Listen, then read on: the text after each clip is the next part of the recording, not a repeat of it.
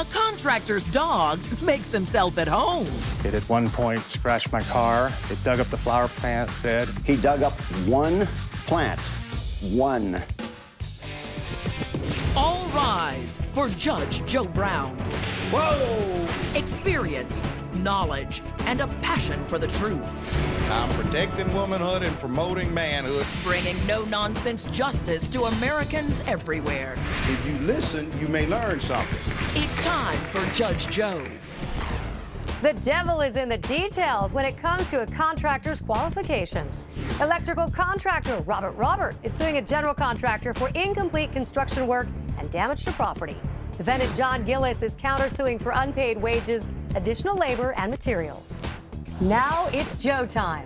Let's see, Mr. Robert, you're suing Mr. Gillis for allegedly failing to complete a construction project and for damaging a structure on real property that apparently belonged to your wife, if I take it. That's correct, Your Honor. And Mr. Gillis, you're denying any liability to Mr. Robert, but as a counterclaim, you're saying he owes you for unpaid construction work. Yes, Is that sir. right? So, Mr. Roberts, you first. Thank you. I hired Mr. Gillis of JAG Construction to JAG Construction, Your Honor. remove a concrete vault inside of a building that an architect used to keep his construction drawings in. It was a complete room with concrete cinder block and steel rebar, including the ceiling and walls. We were to remove that, or he was to remove that, and to enlarge the bathroom and put a small file room in its place with 2 doors. What's the complaint about? Well, from the first day that he started the project, Your Honor, he brought his dog on the property unleashed, and it ran around and urinated and defecated all over the property. It at one point scratched my car. It dug up the flower plant bed and killed a bunch of flower plants that were there. He also every day the job was a complete mess outside. I'd come in the morning and the sawdust and pieces of wood were still in the parking lot. He didn't clean up regularly. He took his compressor and set it throughout the building on carpet, left spots, oil spots, which are still there. Your Honor has pictures of that. He told me he didn't need any permits because we weren't doing any structural changes, major structural changes. And I came to find out later that was not true. As a matter of fact, one of the walls that we removed was a bearing wall, and we had to deal with that. And also, when I found out he had no workers' compensation, I offered to help on the job to offset that problem. And so I was on the job every day with him, working on that job. I originally had, told him I'd help him a little bit on moving the concrete out, since he didn't have any help. And when I asked him what he was going to do with the concrete, he said that wasn't part of the proposal. And if you look at the first or second line, it states that it had a complete cleanup after removal. Well, I guess his idea of cleanup was to throw all the concrete out the back door. So I went and rented a trailer and used my truck and hauled several loads to the dump with the truck and paid for the dump, as you'll see in my breakdown. He just wasn't competent on the job, and I stayed there on a regular basis to watch him, and things just did not go well at all. As you'll see in the pictures that I presented, walls are crooked, the floor is completely destroyed in some areas. He used a Sharpie to mark the carpet. There was just an array of problems that consisted of, like I mentioned, the dog, the carpet, the oil spots from the compressor, the continuous mess on the job, and it just went on and on. The last day that I saw him was a Friday, and he spent all day trying to straighten it out a door, and he couldn't get it done. I just told him, John, just take it off. We'll take off the night, and we'll fix it in the morning. We showed up the next day on Saturday. Excuse me, he did not show up the next day on Saturday. He didn't show up on Sunday or Monday. When he did finally show up on Tuesday, at that point I told him that I no longer needed his services. And the main cause of the case, Your Honor, is there was a concrete wall that we were going to leave in place and just match to it, and he felt that it would be simpler to remove it and just make it all a consistent one wall, and that's why the wall is crooked, because we removed the concrete wall. The ceiling almost fell down because it was bearing, so we had to shore that back up. Then after the project, he presented me with a change order for scraping the floor down, which is something that was part of the proposal to get ready for tile. And he spent 3 days doing that, and they gave me a change order on that. And he gave me a change order for building the wall. I told him that it was my understanding that he was doing that for himself so he could make it easier to build the wall. And we never discussed any money, any cost of the project as far as the change orders. And he also had said that he had to scrape the floor to get it ready for tile. And I said, John, after he left the job, I just went out and bought some stuff you put on the floor, and it took me about 2 hours and about $45. When I asked him why didn't he just use that product, he said it wasn't in his bid, it wasn't in his proposal. All right, let's go to the defendant. Sir, give me your version of facts.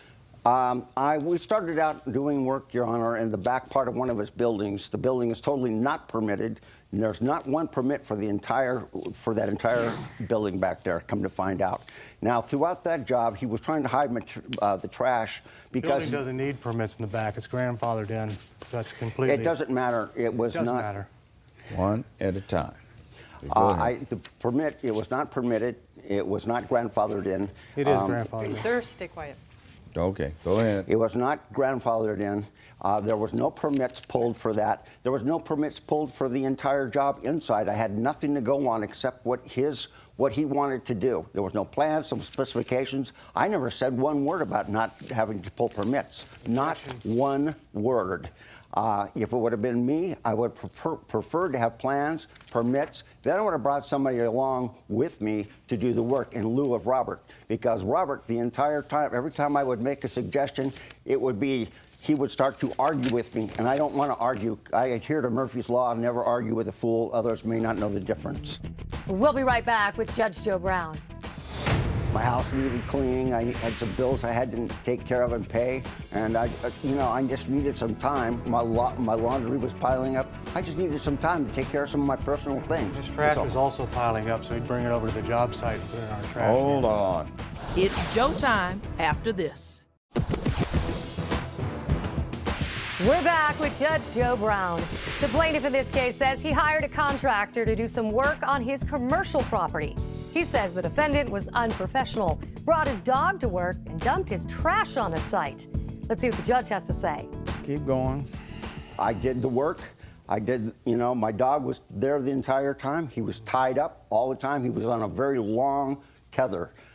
He dug up one plant, and it was a bougainvillea, and that was it. And if he defecated around, Your Honor, I picked it up and got rid of it. As far as the trash were concerned, I didn't know how much to bid. I didn't know how much concrete was going to come out of there. I had no idea the tonnage or the weight. So I always leave it up to the homeowner or the owner of the building to take care of such a thing. This way, there is no surprises. All they have to do is pay for hauling it away, and that is all. And I do this on just about every project. Then when I made a suggestion of maybe we could remove these two walls, he jumped on that.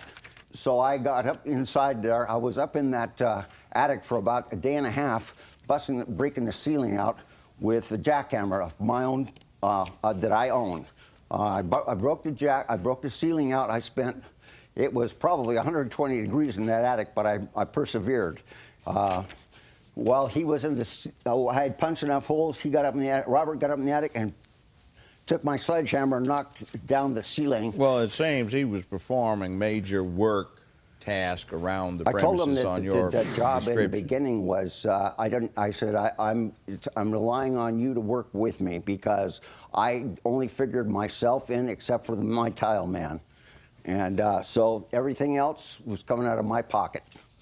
I bid the job cheap. I took it very cheap. $35 an hour is cheap. Most guys I know make $55. In fact, the matter is, back 10 years ago, I was making $60 and $65. Something seems to be badly wrong with the economy these days. So anyway, I did the job. The door. Well, hold on. Before we go there, there's a question that I have based on an issue you raised.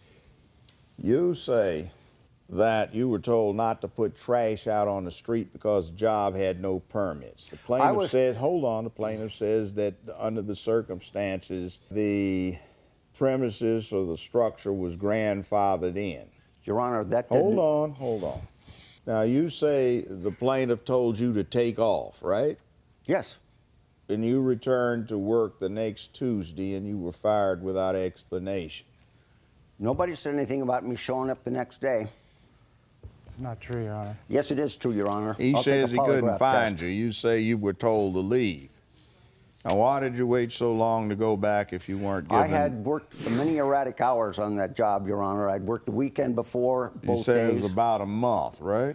Well, I had like 1 day off or 2 days off in that time. And my lawn was starting to get out of hand. My house needed cleaning. I had some bills I had to take care of and pay. And I just needed some time. My laundry was piling up. I just needed some time to take care of some of my personal things. His trash was also piling up, so he'd bring it over to the job site and put it in our trash Hold cans. on. Now, from the grandfathered status, I would take it that your wife came into this property as what, an inheritance, sir? No, sir. Her previous husband had purchased it. So And she may I- got may it I- from her previous husband. Yes, sir. Your Honor, he's talking about a different building. So he's confused the issue with the back building on the property, which is an old building that was built back in probably the 50s or 60s. But your wife holds the title. To the back one. The front building is a totally different building, totally different project. Who holds the title My wife. to the front building? She owns the title of the front building and the one in the rear, Your And it's Honor. grandfathered. The one in the back is grandfathered in. What about the front? The front is completely permitted. The one he worked on is completely permitted. All right, now, you used to be an electrical contractor. I still am, Your Honor. Well, no, you still are, but you don't have your license. I do have a contractor's license. Okay, now I'm looking at some of the pictures, and some of the work in here isn't the best I have seen. But now back to this other thing. Your expertise is as an electrical contractor, and from what you described, you were doing other work besides electrical. Manual labor to help the contractor. Yes. But you also seem to have been doing the labor while you say he took off and left, while he says you told him to leave. Okay. Is this work completed Yes, sir. by a licensed contractor? Yes, sir. You hired another one. No, I am a licensed contractor, Your Honor. But your electrical license or electrician's license to be electrical contractor does not deal with the general construction. I didn't do any You've general been construction. describing general construction that you did, and you basically pitched in to help him. Now, he's supposed to be getting the permits because he is the Your Honor, there was no plans. licensed contractor. There were no plans or specifications. Hold on. What I'm saying is he had to rely on you. Exactly. Yes. He You gave see, me the here's plans. what happens. In order for this structure to pass inspection after the modifications, since it's commercial, there has to be a licensed contractor involved, general contractor. Now, without that, it goes nowhere. So you get another licensed contractor in, and that's what happens. You're now ready to go. But you couldn't get anywhere without relying on the defendant. So the defendant says, I got told to go. And then when I got back, I got fired. We'll be back with more Judge Joe Brown in a moment. The proposal states that there will be no change order or extra charges unless discussed before the work is commenced.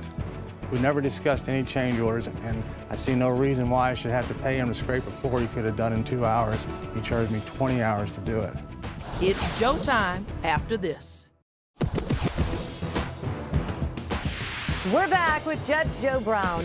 The defendant in this case says he was hired to do some work on the plaintiff's commercial property.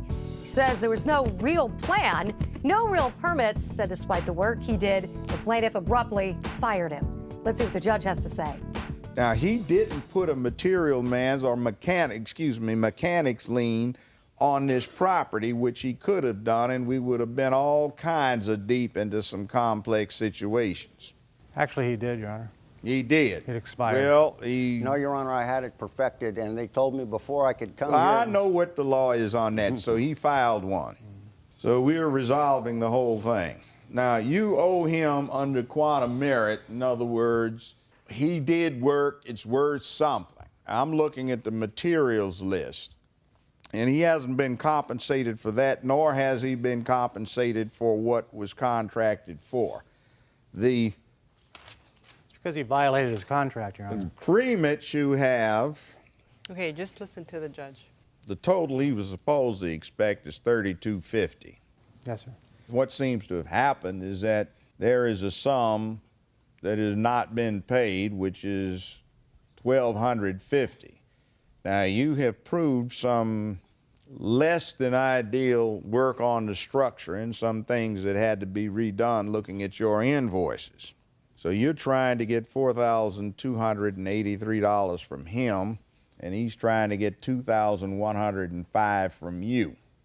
Now, when I look at your damages that I think you have proven, and I look at his quantum merit claim here for compensation for the materials that he purchased under this contract, I think what's going to wind up happening is we get a balance. What you're talking about is incomplete construction, not damage done to the premises, unless you come up with the wall, but it seems you acquiesced in that. May I speak, Your Honor? Quickly.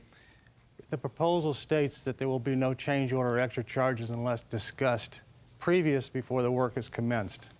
We never discussed any change orders, and I see no reason why I should have to pay him to scrape a floor he could have done in 2 hours. He charged me 20 hours to do it. Well, if you listen to me, I said he's not entitled to all of his claims. I understand, Your Honor. And also, the California state law allows a homeowner, property owner, to work on his property without a contractor's A license. homeowner, Or a property owner. property owner, Yes. but when you rent it out for commercial purposes, there are third parties who come in there who may be put at hazard, so you have to protect them. Closed captioning sponsored by. Did a loser leave you in debt? Call 877-JOE'S-LAW or visit JudgeJoeBrown.com.